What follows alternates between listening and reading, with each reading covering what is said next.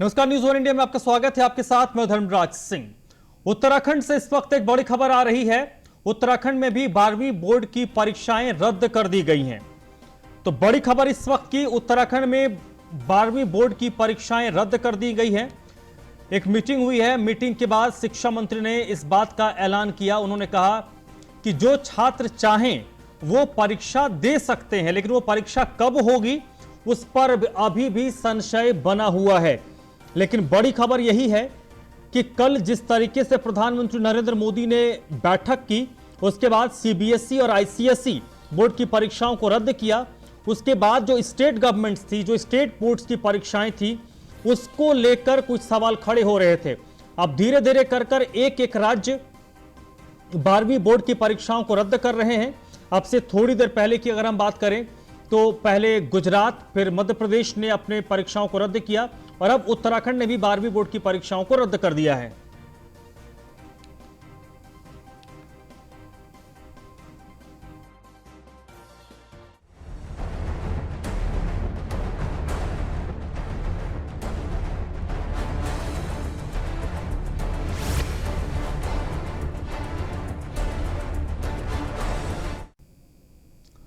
उत्तराखंड में स्थित 4 धामों में से एक धाम है बद्रीनाथ धाम, जिसके कपाट 11 दिनों तक सुबह 7 बजे तक खोले गए, जिस पर अब विवाद हो गया है। आदि गुरु शंकराचार्य के समय से चली आ रही परंपरा के मुताबिक बद्री विशाल के कपाट खुलने का वक्त ब्रह्म मुहूर्त में सुबह 4 से 4:30 बजे तक ही खोले जाने की मान्यता है।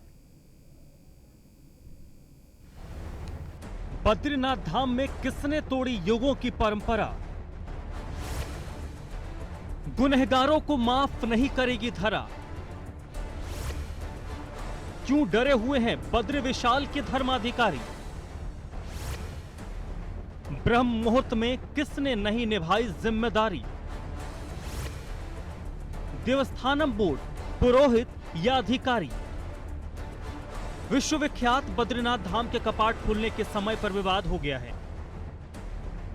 आदि गुरु शंकराचार्य के समय से चली आ रही पूजा पद्धति के मुताबिक बद्रीनाथ के कपाट ब्रह्म मुहूर्त में प्रातः 4 से 4:30 बजे तक ही खोले जाने की मान्यता और प्राचीन परंपरा रही है। पर ऐसा पहली बार हुआ जब बद्री विशाल के मंदिर के खुलने के समय को बदल दिया गया।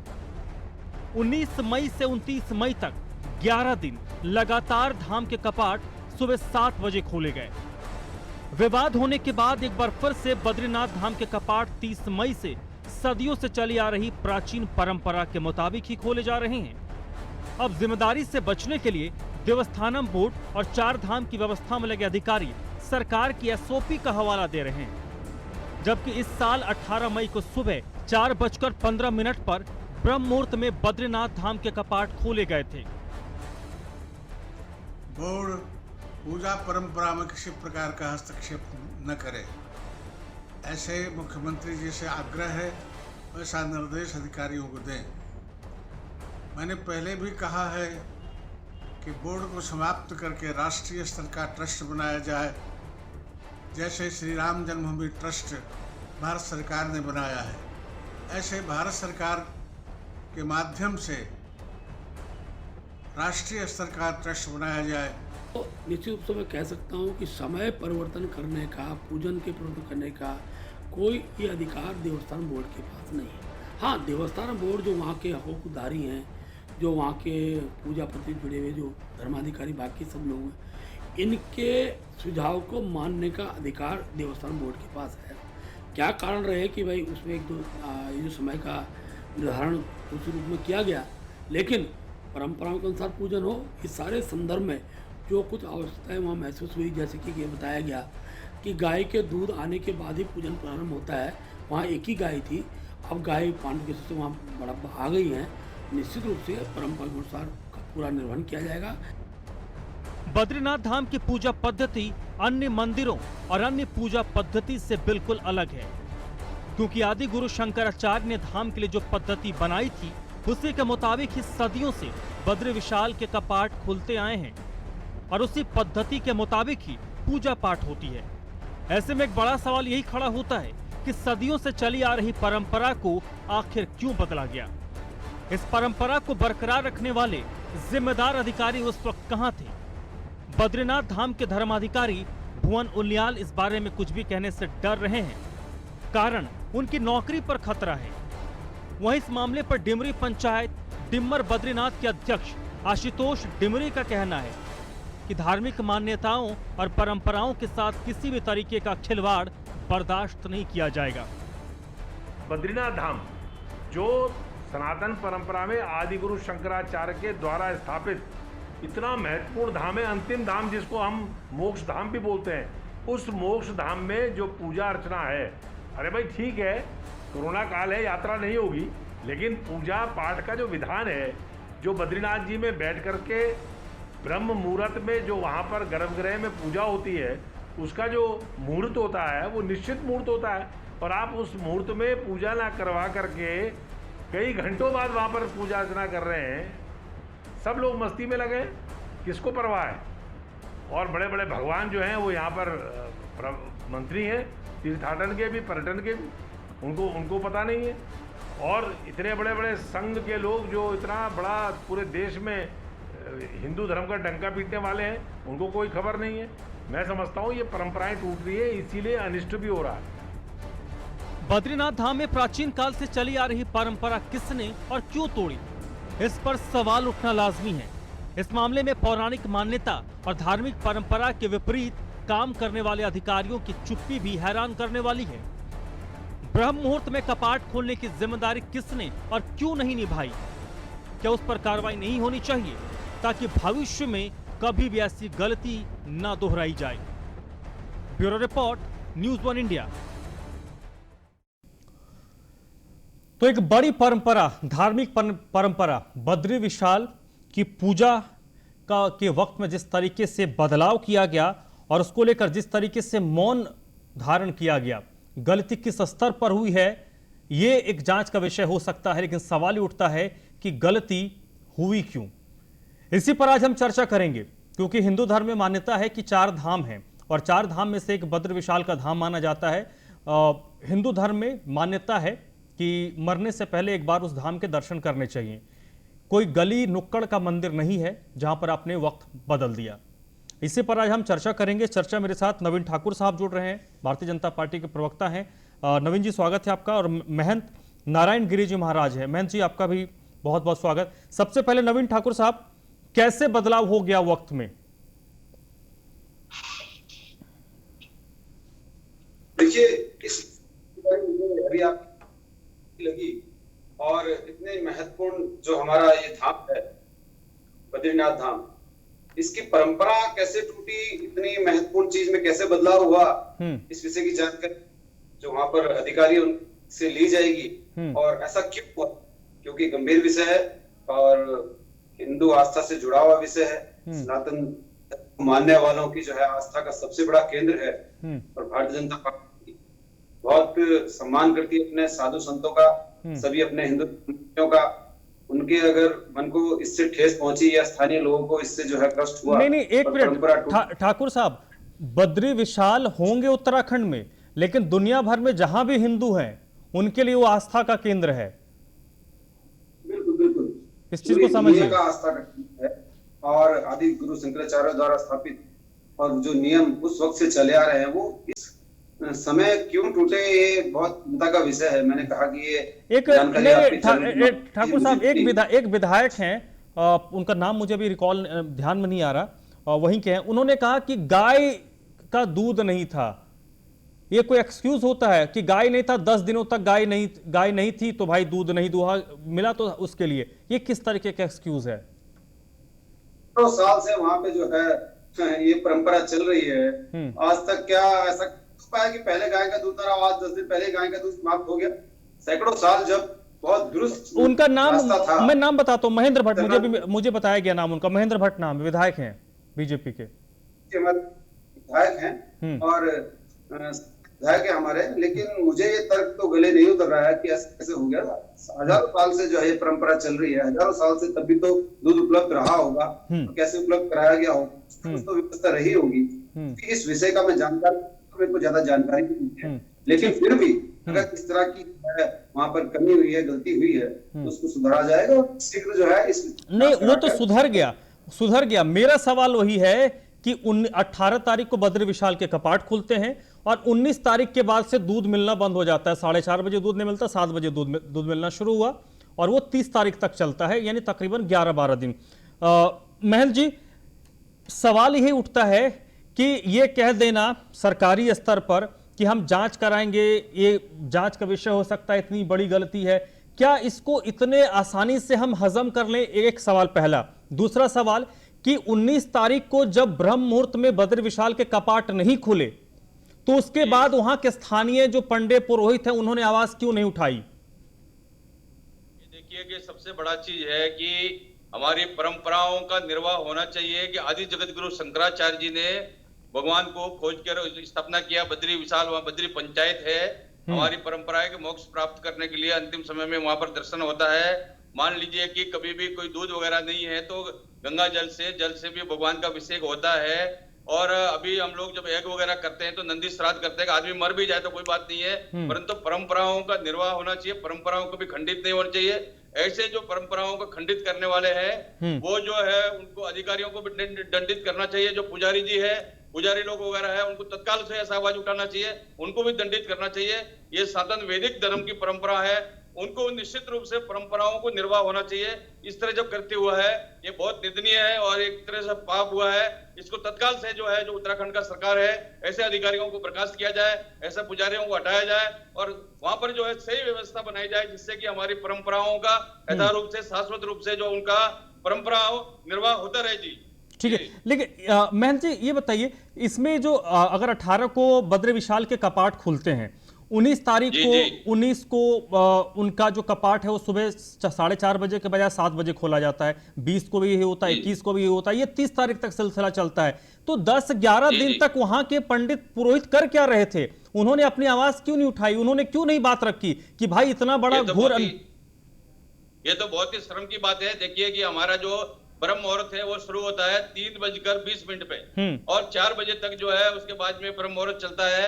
तो प्रतिदिन कोई भी मंदिर में जो है पूजा पाठ जो है, जितने भी भारत के प्राचीन मंदिर है वो तो बहुत बद्री तो विशाल तो मूल है, भगवान का पंचायत है, वहां तो भगवान विराजमान है। तो ये तो क्या है कि ब्राह्मण पंडितों को वहां शर्म आना चाहिए। बेशर्म है, पानी के ढाकने के पानी में मतलब चुल्लू पर पानी में डूब के मर जाना चाहिए लोगों को।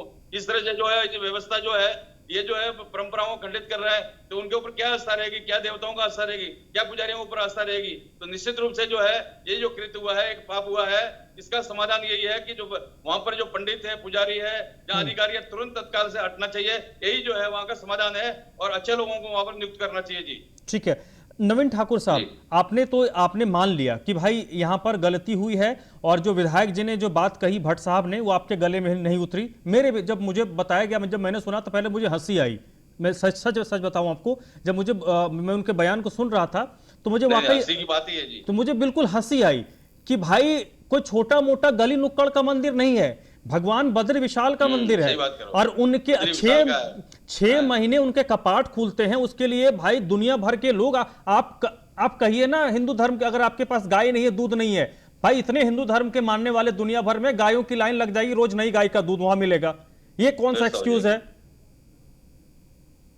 बिल्कुल, मैंने पहले ही कहा बेशक हमारी पार्टी के हैं, लेकिन ये बात वाकई गले उतरने वाली नहीं है। और एक दिन की बात होती तब भी जो मान लिया था, 10-11 दिन मैं सनातन धर्म को मानने वाला हूं, मैं एक दिन भी क्यों मानूं? एक दिन भी क्यों हुआ मुझे बताइए ना, एक दिन भी कैसे होगा? एक भी नहीं होना चाहिए जी। मैंने पहले ही कहा कि जब सैकड़ों वर्षों से जो है परंपरा चली आ रही है, सैकड़ों वर्ष, कितने हजार वर्ष पहले क्या रास्ता था, हजारों वर्ष पहले कितना जो है दुर्गम रास्ता था वहां का, तब ये परंपरा नहीं टूटी क्या? तब दूध की कमी नहीं हुई होगी क्या? कब दूध के लिए दिक्कत नहीं होगी? जब उस जमाने में दिक्कत नहीं हुई तो अब क्यों हुई?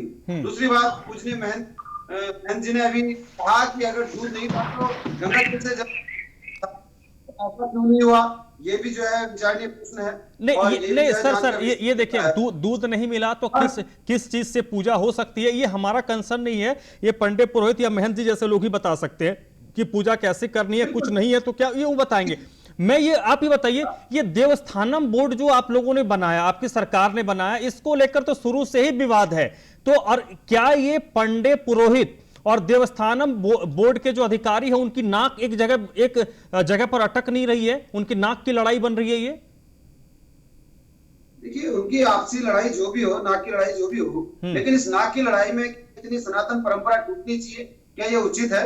लेकिन जो भी उनकी लड़ाई हो, इस परंपरा को टूटना और इसका जो है, ये केवल इनके ही यहाँ की परंपरा टूटना नहीं है, पूरे विश्व में जितने सनातन धर्म वाले हैं उनके भी हृदय को चोट पहुंचेगी जब उनको पता लगेगा कि 11 दिन तक वहां पर ब्रह्म मुहूर्त में ही कपाट नहीं खुले, जो हजारों वर्षों सदियों से जो है परंपरा चली आ रही है वो टूटी। तो निश्चित रूप से जो है ये सबका ही अपमान है, चाहे तीर्थ स्थान बोर्ड के अधिकारी हो, चाहे वहां पे जो है पुरोहित हो, चाहे जो वहां के पुजारी हो, चाहे रावल हो, उन सबको देखना चाहिए था, क्योंकि उनके ही निर्देश में ये काम आजकल चल रहा था। यात्रा तो बंद है, तो यात्रा बंद होने का मतलब ये नहीं कि वो परंपराएं खत्म हो जाए, वो जो इतने वर्षों से चली आ रही पूजा पद्धति है, जो समय है, उसको भी बदल दिया जाए, इसका ये तो मतलब बिल्कुल नहीं है। इसीलिए कोरोना काल में भी जो है कोविड-19 के नियमों का पालन करते हुए ब्रह्म मुहूर्त में, और जो मुहूर्त था कपाट खुलने का, उसमें सरकार ने कपाट खोले। जब इतनी महामारी में कपाट खुले, सब कुछ जो है विधिवत हुआ, तो ये बीच में फिर उसके बाद ऐसा क्यों हुआ? मैंने कहा कि इसकी जो है जांच भी कराएंगे, और कोई अधिकारी अगर इसमें दोषी पाया जाता है तो उसके खिलाफ सरकार कार्रवाई भी करेगी। सर, दोषी पाया जाएगा? दोषी है सर, अब कैसे दोषी पाया जाए? 11 दिन तक अब इसको आपको ये चिन्हित करना है कि कौन दोषी है। दोष तो हुआ है, इससे तो कोई डिनाई नहीं कर सकता। बिल्कुल नहीं, बिल्कुल हम डिनाई बिल्कुल नहीं कर रहे हैं इसमें। मैंने कहा कि जांच का विषय है कि कौन दोषी है, कौन अधिकारी दोषी है, या अधिकारी जांच के बाद यह है कि अधिकारियों की संज्ञान में ना हो, क्योंकि पूजा पद्धति जो है शायद पुजारियों और रावल द्वारा ही वहां पे संपन्न कराई जा रही हो। अधिकारियों को काम व्यवस्था बनाना है, अधिकारियों को व्यवस्था बनाने के लिए कहा गया कि नहीं कहा गया, उनके संज्ञान में था कि नहीं था, ये सारी जांच के बाद ही जो है सामने आएगा। और जांच में कोई भी दोषी, जैसे आदरणीय महंत जी ने कहा, चाहे जो है पुजारी हो चाहे अधिकारी हो, किसी को बख्शा नहीं जाना चाहिए। ठीक है, बिल्कुल जो है, ठीक है। पार्टी की सरकार में महंत जी ये बताइए, क्या ये वहां के जो स्थानीय रावल हैं, पंडित पुरोहित जिसको हम कहते हैं, उनके और देवस्थानम बोर्ड के अधिकारियों की नाक की लड़ाई में तो ये कहीं ये पूरा माजरा हुआ नहीं है? ये जो 11 दिन तक की स्थिति बनी है, कोई विवाद हो, आपस का विवाद है, भगवान का पूजा पाठ करना है, परमात्मा का, ईश्वर का, जो वहां तो न्याय का मंदिर है, और तो पंचायत है, भगवान विष्णु जो जगत के पालन करने वाले हैं, इनका जो भी आपस का विवाद हो, परंतु ये परंपराओं का टूटना मतलब जो है, ये जो है कहीं न कहीं जो है मनुष्य की गलती है, और एक गलती को क्षमा नहीं किया जा सकता जी, इसके माफ नहीं हो सकता जी इसको। नहीं तो ये आपने तो बात कह दी कि गलती क्षमा की योग नहीं है। मैं ये नहीं है जी। हाँ, मैं ये समझना चाहता हूँ कि आपने भी कहा कि भाई ये कोई गली मोहल्ले का मंदिर नहीं है, संपूर्ण विश्व के, भारत के पूरा संपूर्ण विश्व के हिंदुओं का, करोड़ों लोगों का आस्था का और उनका श्रद्धा का विषय है। और ये जो है इस तरह से ये जो है अपने जो परंपराओं का, मर्यादाओं का, और अपनी जो है मान लीजिए कि उसको जो है अपनी जिम्मेदारी से बच नहीं सकते लोग, है ना जी? बिल्कुल जी जी। ऐसी गलती दोबारा ना हो, इसको लेकर आपके हिसाब से क्या किया जाना चाहिए? ऐसी गलती ना हो, इसीलिए जो है जो मुख्य बड़े अधिकारी उनको हटाना चाहिए, जो वहाँ के पुजारी है उसके जगह दूसरे लोग नियुक्त करना चाहिए। जैसे कि नमोत्री पाद केरला से पुजारी वहां पर आते हैं, तो उनके परिवार से दूसरा कोई पुजारी लाया जाए, और जो मुख्य अधिकारी बनाया, जब से बनाया हुआ है, उनको जो आस्थान का, देवस्थान का संभालने के लिए तब से बहुत सारी अव्यवस्था है, तो उनको भी जो है उनको हटाया जाना चाहिए जी। जब हटाने के बाद ये जो ऐसी व्यवस्था बनेगी वहां का, नहीं, और मुख्य लोग इन्हें हटेंगे, है जी? नहीं महंत जी, ये तो एक बद्री विशाल की बात हो गई। उत्तराखंड में तो हमारे धार्मिक और पौराणिक मान्यता के एक से एक मंदिर हैं, और देवस्थानम बोर्ड, बद्रीनाथ केदारनाथ तो एक ही समिति है ना? हाँ बिल्कुल, बद्रीनाथ केदारनाथ तो एक समिति है, दोनों मिलकर एक समिति बनी हुई है। बिल्कुल बिल्कुल। ये जो देवस्थानम बोर्ड जिनको कंट्रोल करता है, जो देवस्थानम बोर्ड जिनको देखता है, उन किसी भी मंदिर में, आज बद्री विशाल के साथ हो, कल किसी और मंदिर के साथ ना हो, कल किसी और मंदिर में इस तरह की चीज ना हो, इसको लेकर भी आपके हिसाब से क्या किया जाना चाहिए? इसका ये सही उपाय ये है कि इसके लिए विशेष रूप से धार्मिक लोगों का, जो भारत के जो धार्मिक लोग है, जो आध्यात्मिक शक्ति रखते हैं, जो परंपराओं को निर्वाह करना है, उन लोगों का एक जो उच्च स्तरीय समिति बनाना चाहिए इनके ऊपर कंट्रोल करने के लिए। क्योंकि ये जो है मनमुखी हो गए, जो अपने मन से इच्छा करते हैं। तो ऐसे ही जो है हमारी जो परंपराओं को निर्वाह करने वाले साधु संत वगैरह है, बहुत से विद्वान लोग हैं भारत के जो है, उन विद्वानों को एक समिति उनके ऊपर अंकुश के रूप में उनके ऊपर अंकुश लगा सके, उनके संरक्षण में ये सब कार्य पूर्ण होना चाहिए। पहले समय में भी ऐसा होता था कि राजा का भी व्यवस्था है तो राजाओं के ऊपर में भी साधु संतों की, जगत गुरु शंकराचार्य जी वगैरह की व्यवस्था बनी रहती थी। तो उसका व्यवस्था के लिए धार्मिक उच्च लोग जो है, उच्च विचार वाले हैं, जो परंपराओं को निर्वाह करते हैं, ऐसे लोगों को एक समिति इनके ऊपर बनाकर जो है नियुक्त किया जाए, जिसके वो निगरानी समिति बोला जाए उनको। ठीक है। नवीन ठाकुर साहब, देवस्थानम बोर्ड को लेकर हमेशा से विवाद रहा है, आप इस बात से इनकार नहीं कर सकते। देवस्थानम बोर्ड को लेकर शुरू से, जब से इसका गठन हुआ, इसको लेकर लोगों ने आवाज उठाई, लोगों ने विरोध किया। अब मुझे बताइए, इस घटना के बाद देवस्थानम बोर्ड के अस्तित्व पर फिर से सवाल खड़े हो रहे हैं। देखिए, इस विषय को माननीय मुख्यमंत्री जी के समक्ष नरेंद्र मुख्यमंत्री सिंह रावत जी उनके समक्ष रखा गया और उन्होंने कहा जो है वो विचार, इस पर मुख्यमंत्री जी ने कहा कि वो विचार करेंगे और अभी ये कोरोना के दौरान इस पे कोई विचार नहीं हो पाया। अति शीघ्र इस पर निर्णय होगा, माननीय मुख्यमंत्री जी लेंगे और सबका जो है इसमें हक का ध्यान रखा जाएगा, किसी के साथ भी जो है अन्याय नहीं होगा। इस बात का विशेष रूप से मुख्यमंत्री जी ने उल्लेख किया है, पहले भी कहा था, लेकिन नए से जो है जो समिति के वहाँ पे रावल थे, जो पुजारी थे, उनका प्रतिनिधिमंडल भी माननीय मुख्यमंत्री से मिला था और उनकी माननीय मुख्यमंत्री इस विषय में काफी चर्चा हुई। भविष्य में क्या निर्णय हुआ है तो भविष्य गणित में है, लेकिन किसी के साथ भी वहां पर अन्याय नहीं होगा। इतना जो है नहीं, आप मुझे आप भारतीय जनता पार्टी जो उत्तराखंड की सत्ताधारी दल है, आप उस दल के प्रवक्ता हैं, आपकी सरकार में देवस्थानम बोर्ड का गठन हुआ जो इस पूरे चीजों को देख रहा है। मेरा सवाल उन प्रतिनिधि से है कि आखिरकार इतनी बड़ी घटना हो गई, इसको लेकर आगे अब तो उस चीज को हम वापस नहीं कर सकते, लेकिन ऐसी घटनाओं की पुनरावृत्ति ना हो। आज बद्र विशाल के साथ है, कल किसी दूसरे जगह पर ना हो जाए, या फिर अगली बार बद्र विशाल में इस तरीके की चीजें ना हो। इसको लेकर क्या माकूल व्यवस्था की जाएगी? देखिए, मैंने कहा कि ये जांच का विषय है और जांच होगी, और कोई कितना ही बड़ा अधिकारी हो और जो मंदिर से जुड़े लोग हैं, चाहे वो पुजारी हैं, चाहे वहां पे धर्माधिकारी हैं, चाहे रावल हैं, रावल सबसे बड़े अधिकारी वहां के होते हैं, उनसे भी जानकारी ली कि ऐसा क्यों हुआ, और अगर इसमें अधिकारियों की कहीं संलिप्तता कभी पाई जाती है तो निश्चित रूप से उनको हटाया जाएगा।